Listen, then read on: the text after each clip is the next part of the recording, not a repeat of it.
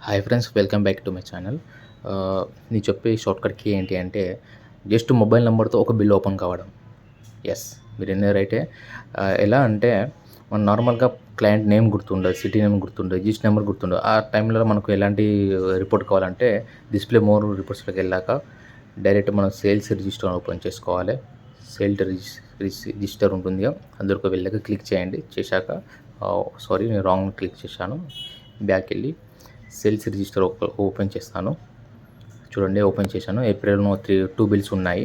అదొక ఓపెన్ చేస్తాను. ఇక్కడ 2 బిల్స్ కనబడుతున్నాయి. నాకు 1 బిల్లే కావాలి. నీకు డెమో వర్షన్ చూపిస్తాను. ఓకే. సో 1 బిల్లులో నేను ఒక మొబైల్ నెంబర్ వేశాను. అదే ఓపెన్ కావాలంటే నాకు జస్ట్ ఆల్టర్ ఈ నొక్కండి. అప్లై ఫిల్టర్ అని రైట్ సైడ్ చూపిస్తుంది.